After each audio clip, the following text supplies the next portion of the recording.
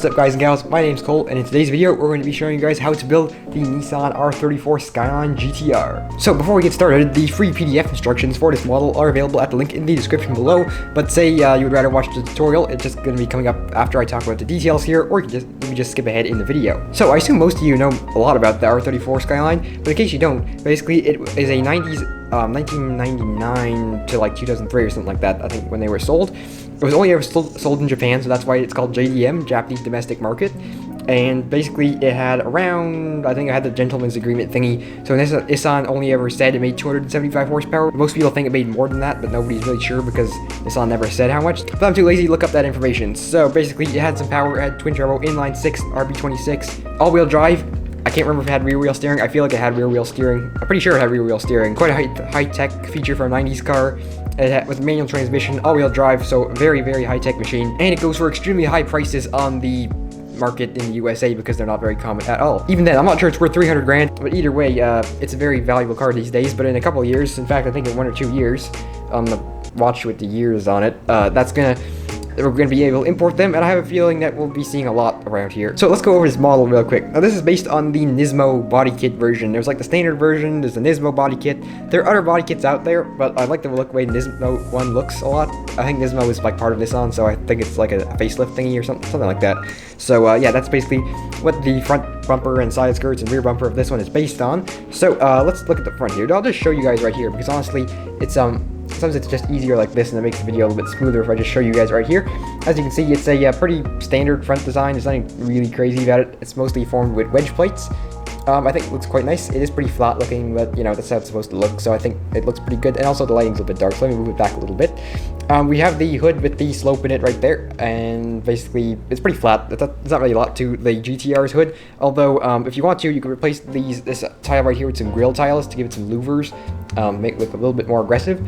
The sides, again, are very simple. Now, I try to build most of my JDM cars as tutorial videos because I know a lot of people like the JDM cars and like to build them, but like the Toyota Supra that we did a while back, we'll link to that below if anybody wants to build the Supra to go with the GT-R.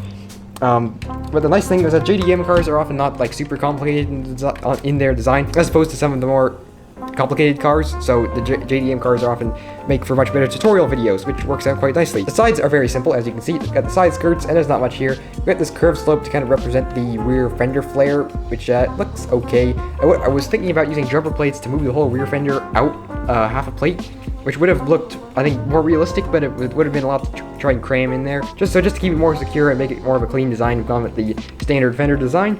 And then around the rear, we have the classic 4 circle tail lights with the Nismo style rear bumper and the big gold single JDM car exhaust and the stock wing design. Obviously, all of this can be modified as much as you like with different side skirts and things. The rear window is pretty simple. There's nothing too crazy about it. Same with the front window. And inside we have standard interior. Just fits 2 minifigures. There's not really any backseat detail, but that would have been a little bit awkward to fit in there. So it's just basically front seat detail. So I guess that's it for the details. So let's move on to the tutorial.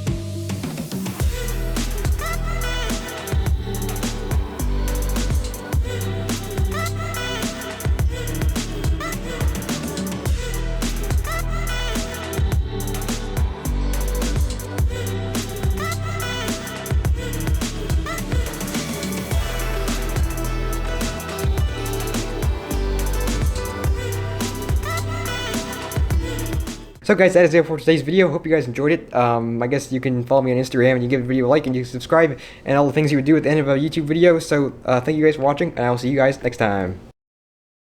There's not really that much of a there's not really anything of a backseat in there, but it would be kind of pointless anyway. But it would have required a lot of mod. So I guess that is it for detail. So I guess that is it for the. I have a feeling a lot of you guys will like this video.